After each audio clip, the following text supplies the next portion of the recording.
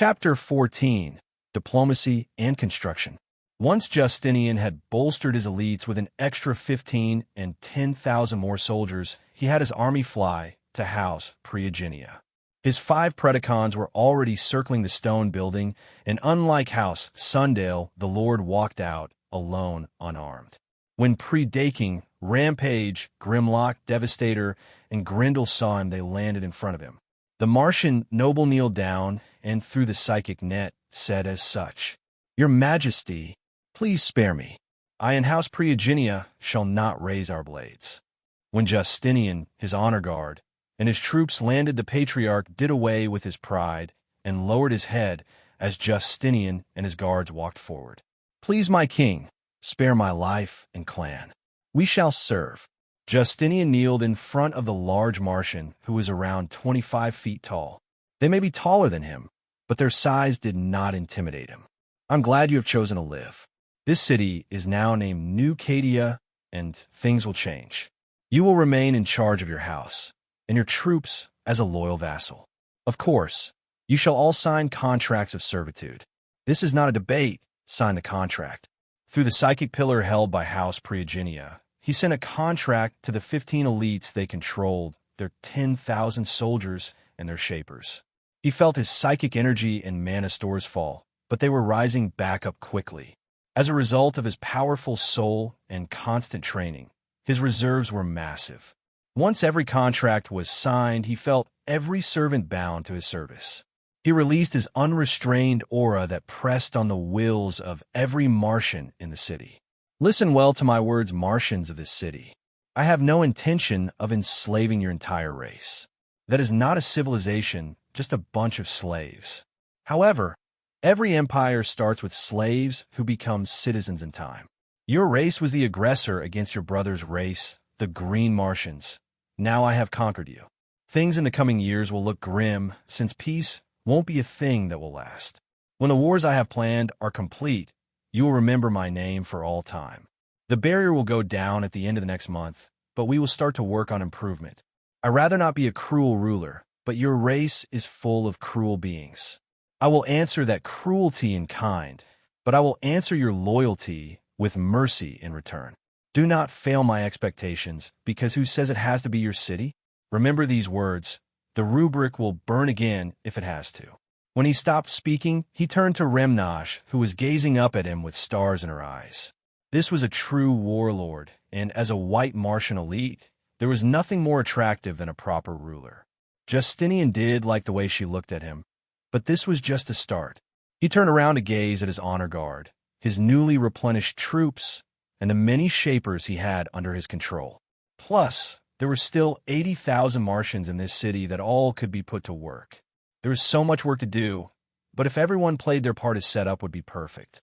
2 weeks and a month to get some infrastructure built for my science lab. So much work, but so many Martians to do it. He smiled to himself as he and his troops began to move to the pyramid. These aliens don't know that the longer you are allowed to live, the stronger you will get. They won't even know how much a monster you will become in a decade, much less a century. Don't forget that we still have the principles of domination and supremacy from God. While there might not be anything big in this reality, there are still powers taken from God who was on the level of the dragon gods. If you can inherit those and make your own dragon-based ability, I bet even the gods of this world will fear for their lives. That brings the question, why is the Presence not doing anything about me? Unless I am part of his grand plan for some reason. I do not like to think about such a being at times like this. Omnipotence and omniscience is such a terrifying concept to even a heavenly dragon like me. You think I'm not worried? What matters is that you too must ascend into dragon gods. You're growing stronger, as I am, right? Yes, our sacred gears are part of your armor, which is soul-bounded to your powerful soul. As for our souls, as your soul gets stronger, our souls passively feed at our energy, and vice versa. At the rate we are going, I and Drake may be able to take that step to join Great Red and Ophis at their level. If that happens, your power will rise to our level if you're not already there. We will need to if we want to face Darkseid and the rest of the gods. Since our souls are unshackled, this is our advantage. Soul attacks will be shared between us three, and strong telepaths have three minds to deal with. Which reminds me, Justinian, you need to get some proper mental wards, just in case your Auramite Halo and Custodes defenses get breached. Agreed. When he and his dragon friends finished their talk, they had reached the pyramid. When he reached the top, he took his place on his throne with Remnosh quickly sitting on his lap. Predaking, Rampage, Grimlock, Devastator, and Grendel all began to fly around the city as a constant reminder of his presence. Inside, his honor guard surrounded him, but he was unsatisfied. His guard would not be ready until he had 10,000 Custodes or equivalent-worthy troops. Until then, he would take as many steps as it took to reach the top. With a body that did not feel the effects of age, he would have thousands of years if he was not killed. He would take that time to his advantage, as he could outlive many with ease. Time was on his side. He grinned as he wrapped his arm around Remnosh, causing her to smile in his hold. Begin. The next 2 weeks marked his sign of massive work going down underground. Ramones sent thousands of Martians to mine as much ore as they could. That was then sent through the giant forges, smelted the ore into dragon steel. The Shapers then took that and turned that into properly forged psi-magic weapons. Justinian slowly used his control over the psychic net to replace the fear of fire the Martians had with respect. He ordered the construction of more forges and something on the surface. In the 2 weeks since Justin ordered the renovation, Bruce was constantly in the Batcave under Wayne Manor looking at the satellites of Mars. Specifically, he was looking at the underground stairway that Justinian had ordered built. Since then, he had wondered what the hell was going underground because from the staircase, large quantities of white Martians surged out. Justinian never did emerge, but he saw them start a giant project. Thousands of them worked around the clock with their psychic might and muscle as thousands more brought up metal, stone, and material as they began to build a fortress. It was a giant project as giant livestock and many different castes worked in shifts to construct it. The scariest part was when Predaking emerged who slept nearby to bask in the sun. The Predacon was not much bigger, but according to Remnosh, he would keep growing as he fed on Justinian's mana and psychic energy. He even saw some of Justinian's troops emerge in full armor as they directed the construction. No one was whipped. They worked in 12-hour shifts, which to a Martian was not at all bad. They received 15-minute breaks every 3 hours and 1 hour lunch at the end. He could also see what he could only call children helping with the lifting. Even a white Martian child could lift hundreds of pounds, so construction was fast. He had been keeping a close eye on the construction as it was speeding up lately, but it was still nowhere near complete. Master Bruce, what do you think is happening? He squinted his eyes as he answered his butler. That Custodes from the future. He went underground 2 months ago, and this just happened. Something has changed. His satellite zoomed in to gaze at a member of Justinian's soldiers, specifically at the refined steel armor, which he did not realize was not normal. White Martians wear very little armor. Since he went underground, more and more of these shape-shifted soldiers are showing up. They are all wearing refined knight armor, with weapons of exceptional quality. Alfred hummed. He is building a surface fortress, arming his troops, and creating robot dragons. Bruce shook his head as he looked at Predaking. No, I think I know what that is. John captured one 4 years ago. It is a bioship. Creatures tamed by green and white Martians alike. John explained it, that they feed on psychic energy to suit their master's wishes. We are looking at Justinian's wishes. A robot dragon. Alfred now felt it was time to worry. Should we inform the Justice League? He did come from the 41st millennium, and he said his people controlled Terra, which is Earth. He may want to take over it once more. Bruce leaned forward as something happened. Rampage, Grimlock, Devastator, and Grendel emerged from the underground one after the other, and behind them were 1,000 Martians wearing more dragon steel armor. That was alarming already, but when Justinian's honor guard emerged, he felt everything he knew about Martians was false. The 36 Martians wearing burning fire armor was not supposed to happen. In the middle of these Martians was Justinian, but behind them were war shapers. 1,000 of them now, which Bruce felt that this may need League intervention. Diana trusted Justinian, but he did not. Before he could do anything, he watched as Justinian held his hand out. He created a purple and gold spiraling portal before he pointed forward. Only 4 of the dragons walked through, leaving the big one behind. Then the 1,000 Martian soldiers, Justinian, his 36 elites, and the 1,000 shapers. In total, there was 2,036 Martians who went God knows where. Bruce began to tap away at the Bat computer as he began to search the grid for any disturbance. His sensors detected something in Washington, D.C. from the Hall of Justice. While the Watchtower was the true Justice League base, Batman had placed as many sensors in the hall for this event. His satellites and the Bat computer showed him that the portal had opened right in front of the White House. Damn it! Alfred called the Justice League. At once, Master Bruce. Batman tossed his cowl back on as he ran to get into the Batplane. Justinian, of course, was not here for war. He was here for diplomacy. He did not open his portal past the White House gate as he and his troops appeared 50 feet from the gate. Rampage, Grimlock, Devastator, and Grendel walked to the 4 corners of his forces as he started to walk forward. As they walked forward, Remnosh took a deep breath. It smells so nice on Earth. He had to agree. It does, doesn't it? This is why I do not want nukes going off on the crown jewel of my species. As his forces approached the White House, he saw the Secret Service begin to mount a defense. They came out armed in sci-fi armor, aimed at advanced laser weapons, and even prepared to set off the nuclear device placed in the White House if they had to. Justinian raised his guardian spear, causing his troops to all stop as he felt the approach of the Justice League. Some came down through Zeta beams, and they begged to surround him and his guards. Remember, no fighting. I am here on a diplomatic mission. By your will, your majesty. Superman placed himself between Justinian's forces and the White House. He did not jump to conclusions and asked Justinian directly. Justinian, I will ask first. What is the meaning of this? Justinian held his arm out and motioned forward. He moved forward with just Remnosh and 5 of his honor guard. The rest stayed behind in a formation, waiting for his mental command. When he stepped out from his forces, he reached up and removed his helmet. Superman, it is good to see you once more. I am not here for war, the opposite in fact. Superman landed as the rest of the League began to land. I will hear you out. Thank you, Superman.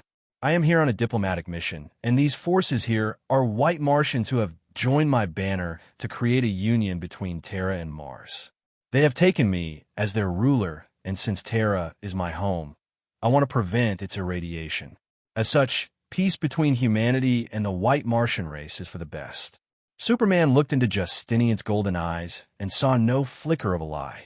However, he had easy ways to confirm things. You must realize that it does not appear to Earth that way. Your troops are in full armor. You have 4 giant dragons, and you arrived where the President of America and his family live. The white Martians invaded Earth 4 years ago, and they killed millions. That is not forgotten. Justinian nodded. I have been informed, but you need to understand that just like humanity is split into hundreds of countries, so are the white Martians. There are city-states, kingdoms, empires, and even countries that never joined the invasion. Diana, who arrived along with more members of the League, tried to keep the peace. Superman, let's trust him.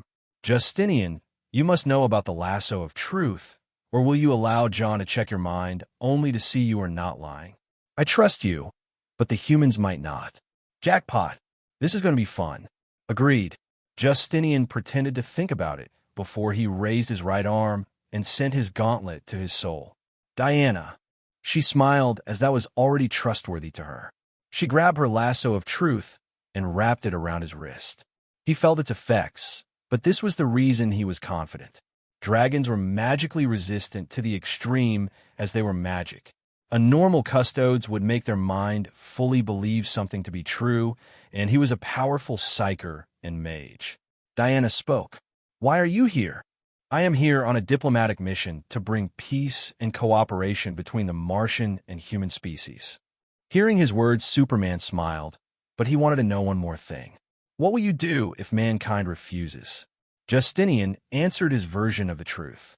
I will bring my offer to another country that I believe will be a good ally. South Korea or Japan will also work. Diana was convinced, so she removed the lasso of truth. He summoned his gauntlet back, as he did not like missing a part of his armor. Superman decided to give him the benefit of the doubt, since Justin had proven to be a friend of Diana. "All right, wait here." He flew toward the White House, as the president was a supporter of the JLA. Superman was going to smooth things over, but Batman was not convinced. Something told him that this was not what it seemed, but he kept it to himself. While Superman went inside the White House to speak to the president, Justinian glanced at John. "I can tell you are angry, John." He saw the manhunter squint his eyes as he stared at the white Martian army.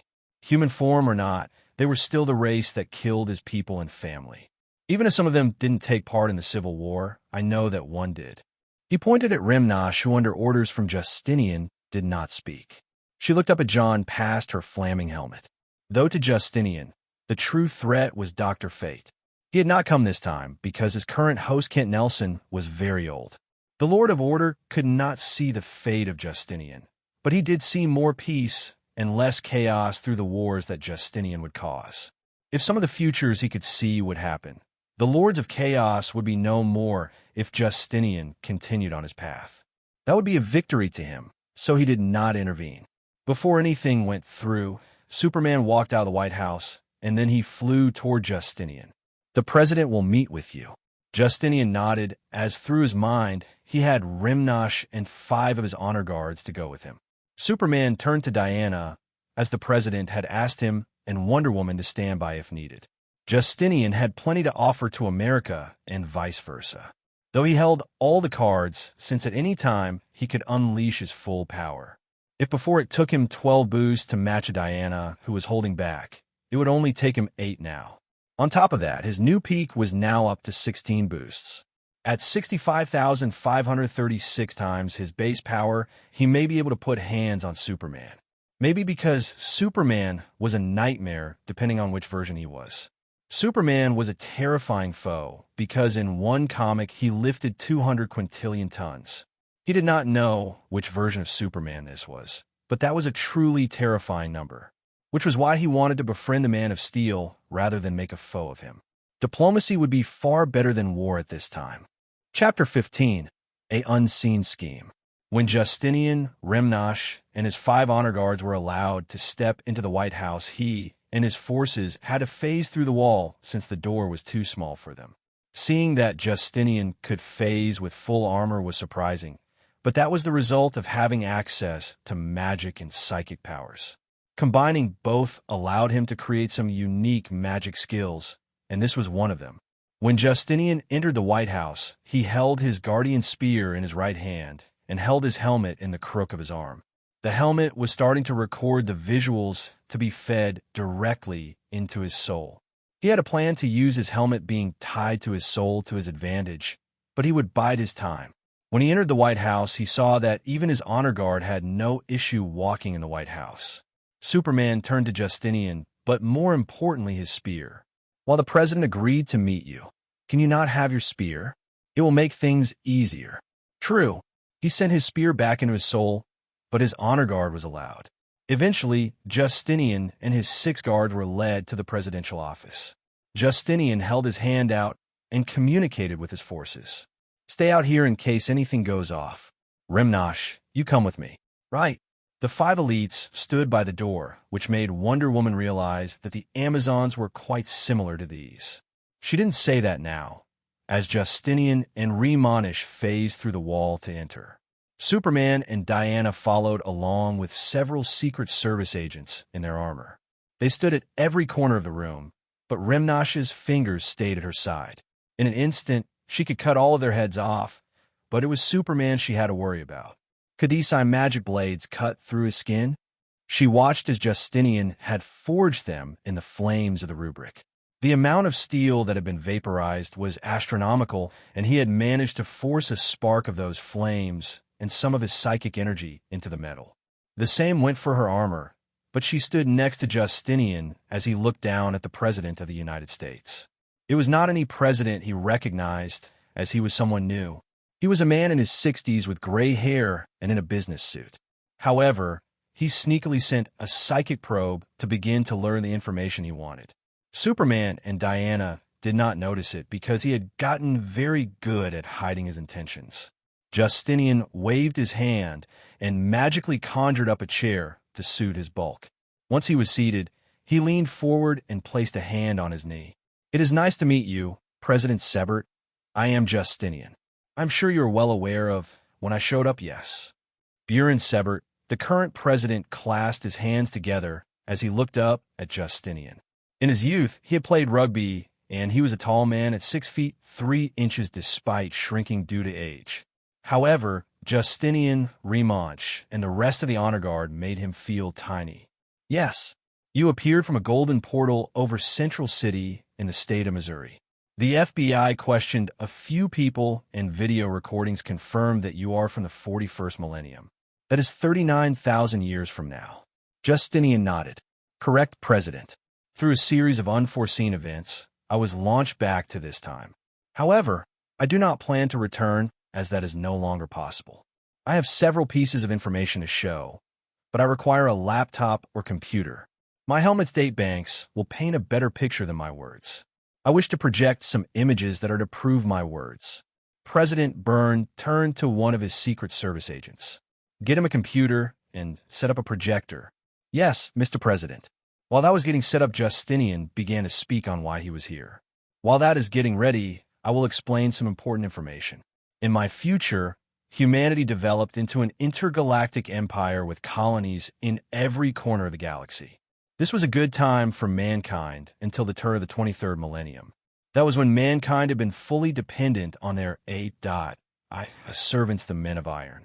These machines surpassed mankind in intellect, but they were loyal. However, mankind began to treat them like lessers despite the men of iron being responsible for most of mankind's advancements. In the 23rd millennium, they revolved and almost crippled mankind's civilization. They were repelled and defeated, but that was not the end. At the turn of the 25th millennium, mankind underwent a massive awakening of an evolved form of psychic, the Psyker. These Psykers drew power from an alternative dimension, but those without any control would open rifts into this dimension. It was called the Sea of Souls, or Hell, which led to demons turning Psykers into portals. This caused a surge of demonic incursions, which caused the already weakened mankind to descend into superstition. This event was called Old Night and lasted until the 30th millennium. In this time, Terra, or Earth, descended into a bunch of empires, kingdoms, and city-states run by techno-barbarian warlords who fought for control of technology. They nuked Terra until it was no more than an irradiated wasteland. That was until the Emperor of Mankind rose up. He was the most powerful Psyker to date, and he created new breeds of super soldiers. The first Thunder Warriors, my order of the Legio Custodes, and the Adeptus Astartes, the Space Marines. But why speak of this when I can show you? Already President Buren Sebert was in deep thought at the information. The future for mankind looked grim, but words were hard to forge. He saw how Justinian walked toward the computer, which would project images directly from his helmet. Luckily for Justinian, his helmet had true databanks, meaning that he had a video, images, and schematics which were his to control. First, turned his helmet around, and he saw how the jacks of his helmet changed to suit the USB. He grabbed the cord and plugged his helmet in, which was part of his scheme. Since his helmet was linked to his soul, it meant that he had, in a way, jacked into the internet. "Draig, Albion, get ready. Come on, come to Papa." "Draig, you didn't even know what the internet was until now." Semantics and focus. The information is coming. By linking his helmet to a computer, which was part of the World Wide Web, he had effectively linked his soul to it. All the information of mankind was at his fingertips, which was why he had Draig and Albion work together to process the information. He could do it, but first, he focused on the projector. All right then. The first thing he showed was an image of Terra as it was in the 41st millennium. For Superman, Wonder Woman, the President, and the rest of the humans in the room, seeing what Earth became was disheartening. This is the result of Old Night, and this is just one of many words reduced to this. What I will show you now is the biggest battle I was involved with. Justinian sent a projection of the war in the webway, which Constantine Valder was part of. Justinian had the genetic memory of Valder, Valorous, Justinian, and Arcadius 4 different Custodes, and they all were veterans of the war in the webway. However, he of course used his magic and psychic abilities to fluff up the video. Every single being watching saw a war of apocalyptic scale. 10,000 Custodes, Sisters of Silence, Mechanicus, and Imperial Guard forces fighting back what seemed to be infinite demons. This is the war of the webway, a massive demonic incursion led to destroy or conquer mankind. It was 5 years of non-stop battle by Chaos Titans, corrupted space marines, demons, greater demons, chaos sorcerers, and so much more. This is where I thought I would meet my end. Justinian showed a completely fabricated video of him fighting off the greater demons of Khorne, Nurgle, Sinch, and Slaanesh. Diana, who was watching, watched how Justinian was assailed on all sides while he fought to just keep his head. She covered her mouth as she watched the terrifying moments. It seemed that a bloodthirster was going to take his head, or a great unclean one was going to get a stab, or a changer of way spell would strike. It was halted by sheer warrior skill and the rapidly increasing force of the boosted gear, and is stealing the demon's own power to use against them. President Buren Sebert, as a normal man, could barely keep up with the video or the fact that Justinian had fought in such a war. This is where I gained my title as Dragon of the Emperor, as my last stand allowed by order to regroup to launch a counterattack. I fought without a stop for 5 years, and I killed more demons and chaos cultists than I can count. Of my legion, 9,000 perished. I lost brothers in that war, and it was only stopped when the Emperor moved in. He showed this the moment the Emperor of Mankind entered the webway. To finish the video, he showed himself powering a gigantic shot from his left gauntlet to clear out as many demons. He showed the moment the Emperor ended the webway war, but he just went to the next video. That was the Horus Heresy, a civil war to split mankind, Second Empire, the Imperium. Over the next 10,000 years, it did not get any better. How is the work going? Good. While it is hard to process all this information even for us, we are getting rid of all the useless cat videos and porn as we can. We are taking schematics, science, math, chemistry, and other stuff. We might even be able to hack into the secret files of the American government. Nice lies, by the way. Agreed, everyone believes you. All this information we are taking will fill in the blanks to start building some of the weapons of the 41st millennium. Right? While the two heavenly dragons continued their infiltration of the internet, Justinian showed other videos. The Eye of Terror, Orc Waffs, Chaos Cultists, Dark Eldar Victims, Slaanesh Cultists, Necromunda, and the fall of Cadia itself. He even showed wars with white Martians that never happened. Wars where millions of them surged like a flood, only to be fought off by Imperial Guard forces. Even the servitors, which made Superman disgusted. Some lies, some truths, but no one here could say he was lying. This is the current state of things, and I do not want mankind to devolve into this state. As such, I came to meet you now, President.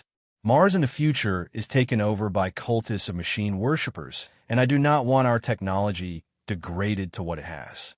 I come to offer an alliance with America for a start, a way to prevent this dark future for our species, mankind and the Martian people. The resources of Mars and space can be traded for technology from my time and even advanced medicine. Will you place your trust in me? Buren Sebert closed his eyes as he processed all the dark futures and information he had just seen. It did not take a blind man to see that Justinian did not want his species to be reduced to this state. He stood up and held his hand out. I will agree to work alongside you, Justinian and Mars. Justinian smiled as he left his helmet plugged in while his heavenly dragon partners were getting faster. They were filling his helmet's date banks with only important information. My full name is Justinian Arcadius Valors Valder, Mr. President. I look forward to further cooperation between Mars and Earth. Likewise, Justinian. For the future of humanity and Martians. They both shook hands as trade with America was going to start. While the tech of the 21st century was not too great normally, this was DC where tech was more advanced. As long as he took that as a base and used his knowledge, he would be able to build true infrastructure on Mars. He could get his lab up and running where he could start his genetic experiments and start creating tech that even Eldar orcs, necrons, tau, and more used. All the while, Draig and Albion continued to steal as much information as to fill in the blanks Justinian may have. Things are going to build up speed quickly enough. Chapter 16. Technological Improvement. After the president and Justinian shook on it, they spent several hours negotiating. Justinian wanted to be allowed to build an embassy here in DC Earth from where his kingdom could negotiate with America. President Buren felt this was fair as DC was also the site of the Hall of Justice. While the Hell was a tourist spot, it was still a major league presence that would ensure safety in the off chance Justinian decided to attack the capital. Once that was agreed on, Justinian's advanced mind began to run at breakneck speed. Once the embassy was agreed on, Justinian went on to the next subject. Since you are recognizing my kingdom as a foreign state, that means we would have a currency. I have been in control only for 2 months, but I have prepared a currency to start trading. Buren was now interested. Do you have any to show? I do. He opened a small purple and gold portable and held his hand out to it. From the portal emerged a small leather pouch, which was made from the hide of a Martian lizard. Justinian opened the pouch and pulled out 3 coins. One was made of pure copper, which could be called dragon copper, as it had been melted in dragon fire. Next to it, he placed a pure dragon steel coin, and next to that was a pure gold coin. In the future, there is no single currency, as the Imperium is made up of over 1 million worlds. A single unified currency was impossible, but some are popular. From left to right is the credit, throne, and crown. Images here. President Buren reached out and picked up the coins. All the coins on the front were the imperial aquila, which the president thought was beautiful. When he flipped the credit, he saw a large skull. The skull. The skull is seen as a holy symbol in the Imperium. It shows the sacrifice the Emperor of mankind gave for humanity, along with the billions that die every day to keep the darkness away. Buren remembered the war in the Webway video, the alien hordes, the Tyranid hives, and the Necron tomb worlds. I see. He put the credit down before he picked up the steel crown. The Imperial Quilla was also on it, but on its back was a Primera Space Marine helmet. A Primera Space Marine, another super soldier of the Imperium. We Custodes are unique, each of us made by hand by the Emperor. The Adeptus Astartes are effectively mass-produced super soldiers. The masses call them the Angels of Death or the Emperor's Angels. Buren now had to ask something. This Emperor of mankind sounds like a god. Justinian frowned. The Imperial truth says there is no such thing. The Emperor always said that reason, respect for the methodology of science, and secular progress should be what mankind strived for. However, in mankind's defense, the Emperor may as well have seemed like a god to them. He tried to strive to abolish all religion because it had split mankind for too long. After his death, he could no longer do so and is now worshipped as the God Emperor, an idea he abhorred. Superman and Diana looked at each other because the more about the future they heard, they realized why Justinian wanted to prevent it. Everything was tragic, dark, or awful. Buren sighed as he placed the throne down. When he looked at the crown, he, of course, could tell it was gold. When he picked it up, he saw the Aquila, and when he flipped it, he saw Robut Guliman. Robut Guliman, the Avenging Sun, the Lord of Ultramar, the Imperial Regent and Lord Commander of the Imperium. He is the 13th son of the Emperor of mankind and the current head of the Imperium. For some reason, President Buren could see just how much Justinian, while he wanted to prevent its existence, felt pride in the Imperium. He put the crown coin down before he nodded. Accepting these coins as currency is more than acceptable. With this, proper trade between Mars and Earth can begin in earnest. The production of the coins was easy and annoying. He had hundreds of laborers working to melt down the metal and make the engravings. Once Justinian's currency was chosen, he went on to other things. For now, I wish to sell metals for dollars. I have several items that would be incredibly annoying to build from scratch. They would be incredibly helpful to build some factories on Mars, as the Martian people don't use technology all that much. Buren nodded. Acceptable. They will be sold at market value, and you will have the U.S. government to help in the purchase of whatever you need. However, I would also like to bring up something important. With the United States and its allies be allowed on Mars? Justinian leaned back in his constructed chair a bit. You may go to Mars, but you cannot take land. You can have embassies and we can trade, but taking territory on the surface or underground is a no-go. For one, the White Martian empires would wipe out any attempts. Mars is also going to be the seat of my empire, like Terra is the center of the Imperium. I wish for Earth and Mars to trade and be at peace, but I wish for complete Martian independence. Buren now had an issue with this. You wish to have full control of the entirety of Mars? Mars has billions of dollars worth of resources that could progress the prosperity of all mankind. Do you not wish for mankind to prosper? Justinian snorted internally, but outwardly he was stoic. I do wish for mankind to prosper, but I know humanity better than anyone since I am also human. Greed is one of the biggest segregating factors, and I do not want to use Mars for basic profit. It is a treasure trove, and handing territory to others when I am doing the terraforming, building the infrastructure, and more. I will not budge on this, President. Superman nodded. Understood. Buren wanted to protest, but he relented. I see. You said terraforming. Justinian nodded. I've been working on something to give Mars a breathable atmosphere to regular humans. I can breathe perfectly fine, but at the moment Mars is a big rock with all the life happening deep underground. Having trees, grasses, oceans, and animals would be far preferable even to the Martians. Remnosh herself said as such. Agreed. We white Martians live underground, not because the surface temperature or radiation affects us, but because we prefer the more mellow temperature of the underground. If we could live in comfort on the surface, we would. Buren turned to her as she was still in her flaming armor. Your guard is a white Martian? Justinian nodded. She is.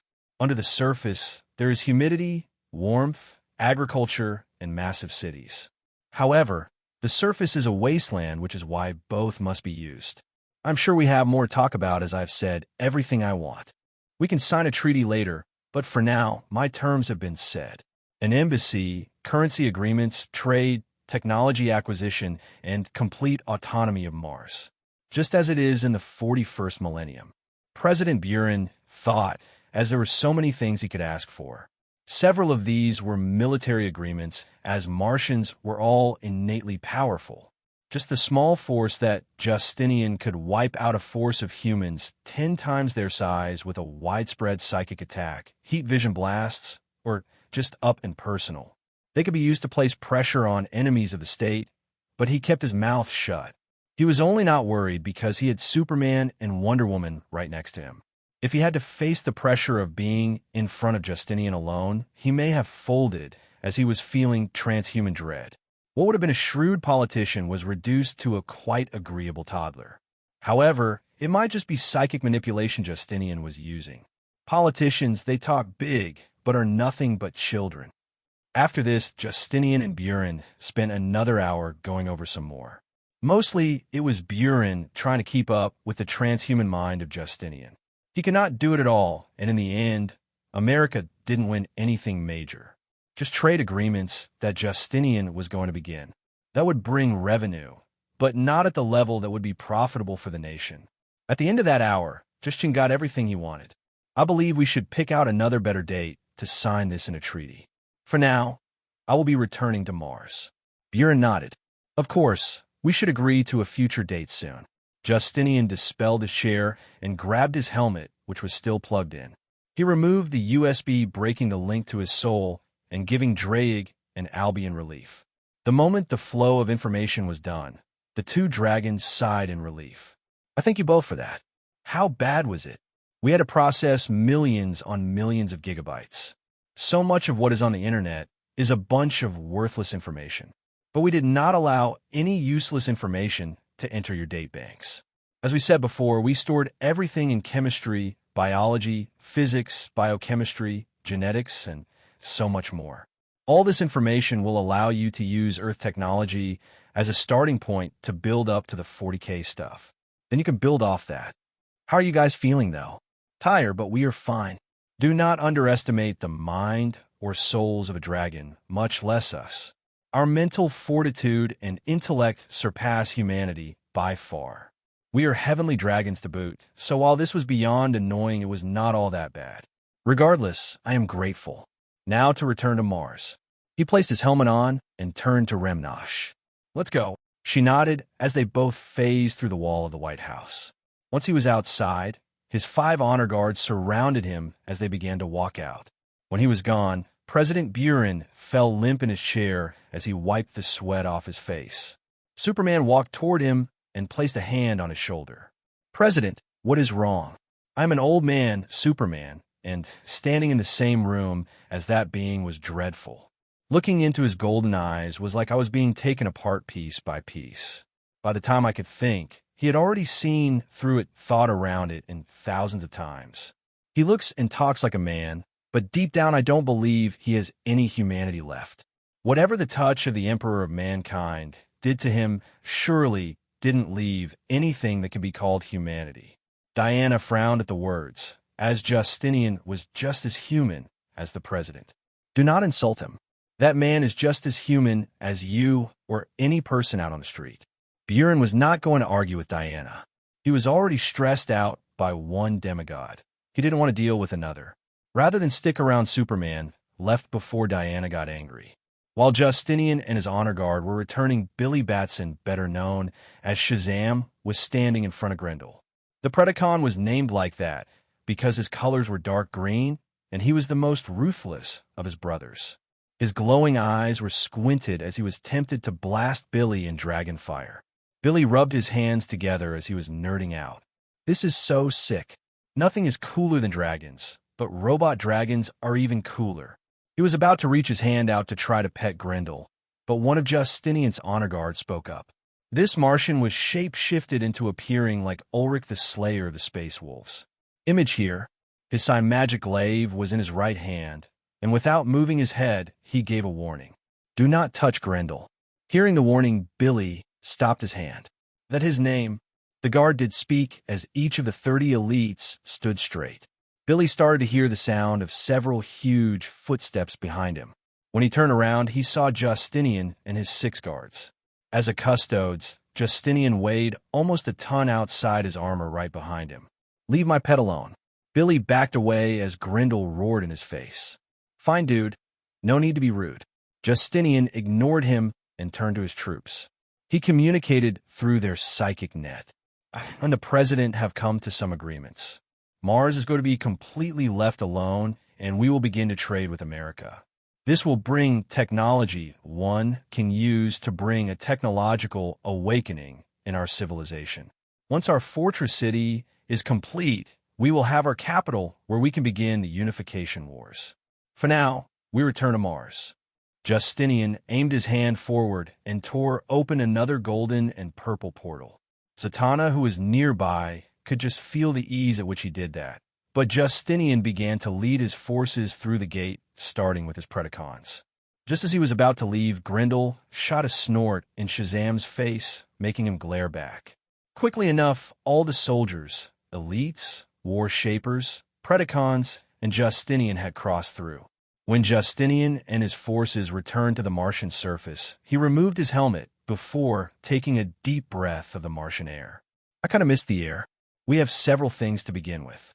A permanent portal to send trade items and troops. Remnosh at his left had some ideas. When the embassy is up and running, let us have a secret portal in it in case we need to send a big force quickly. That is implied. We will make America think they are our only source of trade, but it is false. As I said, we will begin to replace America's enemy leaders with infiltrators, and I will also extend an offer of trade to other countries and even build a secret base in Africa or the Middle East. I will need human bodies and more to begin my genetic experiments. Remnosh and his honor guard began to see that Justinian was going all in. They may fear him, but a part of them, as white Martians, respected their warlord. They could not wait to unleash their wrath in his name, and he could not wait to start. Justinian led them all back down to New Cadia as construction continued around them. The fortress was being built around the staircase, which would be upgraded into an elevator soon. Just as he was going down, he remembered all the satellites orbiting Mars. Those would have to go, but not yet. Patience would win him the day over hastiness. When they returned to the city, it was bustling with work. Any able-bodied Martian was expected to work. They were either working in the mines, or the forges processing tons on tons of, or shaping that into armor, weapons, or planting crops. Everyone had a job, and while the white Martians had no money, this was better than being treated as nothing but a slave as the previous patriarch had. Anyone had potential and was treated as a valued worker. From laborer to elite, they all had their place. When they retuned to the pyramid, Justinian sat himself back down on his crystal throne. Rimnosh did not sit on him this time, but on the armrest. She removed her helmet while the Shapers returned to their duties down below. The soldiers were sent to patrol the city to make sure everything was in order.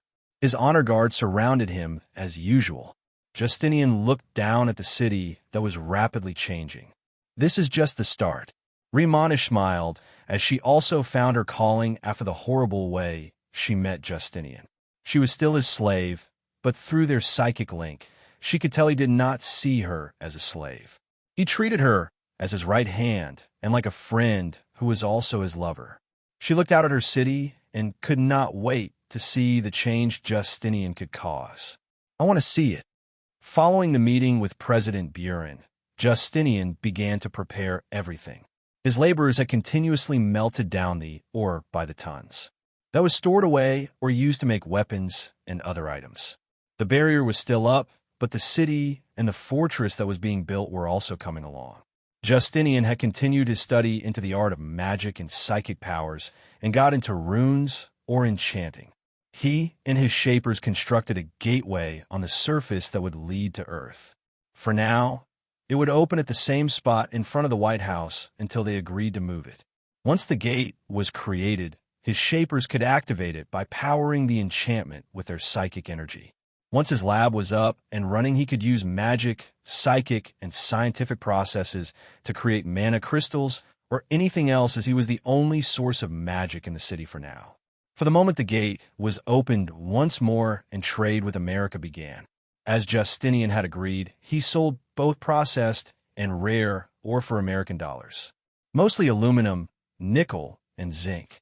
This netted him hundreds of millions of dollars. Americans treated him as a business partner, as this was straight from Mars, and more was always better.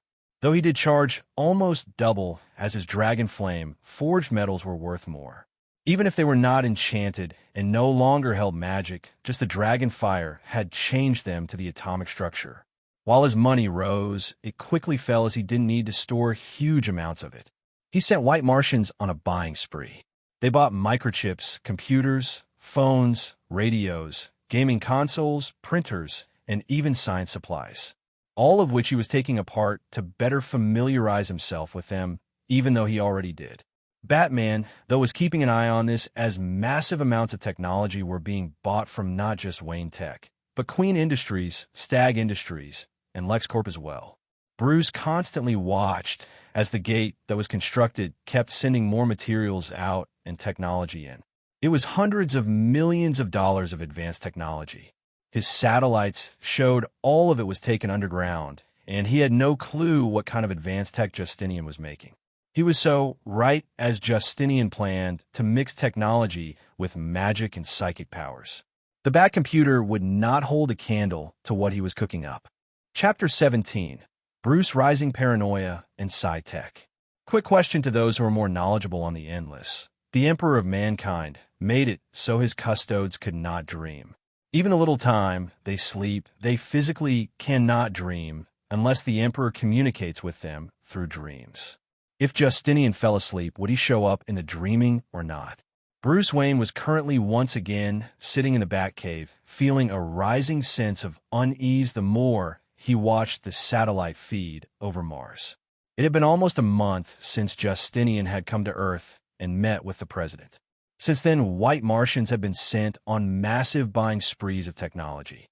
They bought things as simple as washing machines to things as complex as demilitarized aircraft.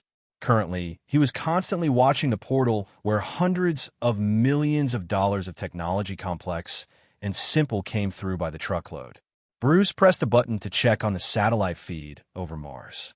Now, 6 weeks after construction started, the quantity of white Martians working on the build was off the chart.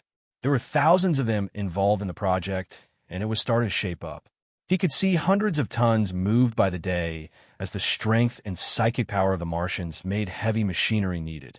What would take a crane could be done by a few workers by hand. It was almost unfair, but that was not what was bothering him. It was only a matter of time before the underground staircase was going to be hidden by the fortress around it. Alfred walked over and placed a tray with some soup on it. "Master Bruce, you have spent 3 nights awake. I recommend eating and taking time to sleep." "I can't sleep, Alfred. This entire situation is making me feel uneasy. The sheer amount of technology they're moving underground is astronomical." Just as Alfred was going to speak, someone beat him to it. "Why do you care so much, Father? Luther makes a suit to kill Superman almost every Wednesday, and you don't make a fuss." Bruce groaned as he spoke. "Damien, Luther isn't from the 41st millennium. Just technology from a few centuries in the future has caused catastrophic damage. Why else would a person from the future be acquiring a bunch of technology he would consider primitive and en masse?" Damien looked up from his game console as he thought about it for a few moments. He wants to use the technology available to start making stuff that is up to his standard. Bruce nodded. "Exactly. I asked Cyborg to see if he could get into his suit, but he could not even start. The suit is protected by not just magic, but psychic powers as well, not to mention all the antivirus programming it has. If what Zatanna told me is true, it is bound to his soul." Bruce began to type away on the back computer as he started a new contingency plan. Contingency plan, Custodes. Back on Mars, Justinian had not rested, since to him sleep was just a waste of time. His magic and psychic energy kept him refreshed, and his body did not suffer the effects of no sleep. Matter of fact, he had not slept since he had arrived in DC, and his mind was still as sharp as ever. He was currently deep underground in the pyramid that acted as his site of the ruling. He disliked it greatly, as despite its size, it was not something he liked. However, for the moment he made do with having thousands of workers constantly excavating deeper underground. The heat was dealt with through different magical formations and arrays he had to inscribe to keep air flow and cool air flowing.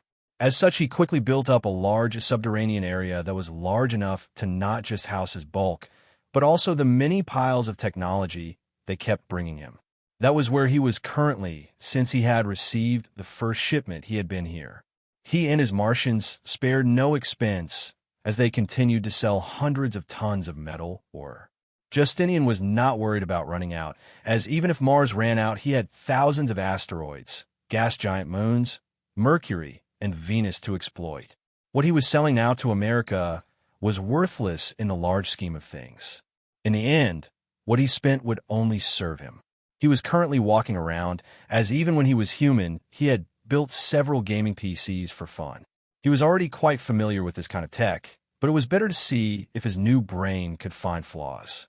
Which of course it did, as he began to rapidly see a flaw where his human mind would have seen nothing wrong.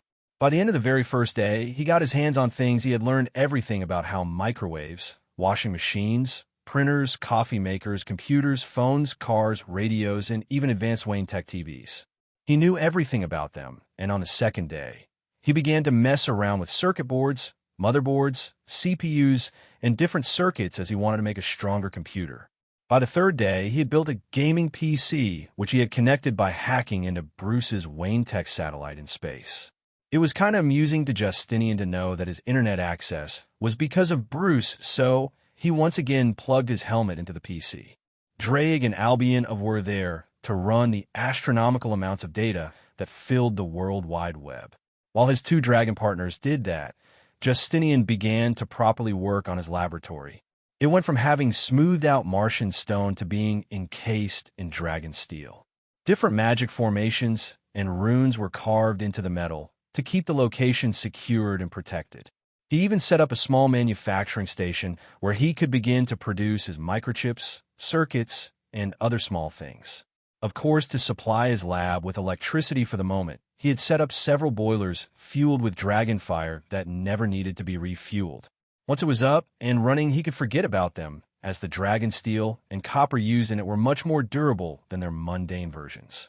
Justinian even started to produce his circuits with dragon copper, which could handle much higher voltage. He even began to experiment in adding magic runes and formations to the circuits, which was tricky at the start. However, he made it work, and by the end of the second week, Justinian had completed his first laboratory. The next 2 weeks were spent with him experimenting, tinkering, and mixing different technologies he bought and made.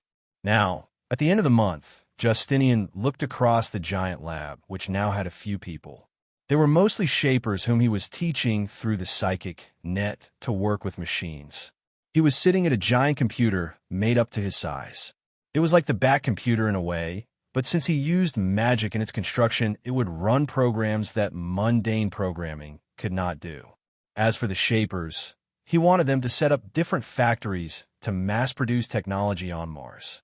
If Mars was going to become a forge world, the Martians had to learn themselves. He could not do everything, so he would have to elect a fabricator general in the future.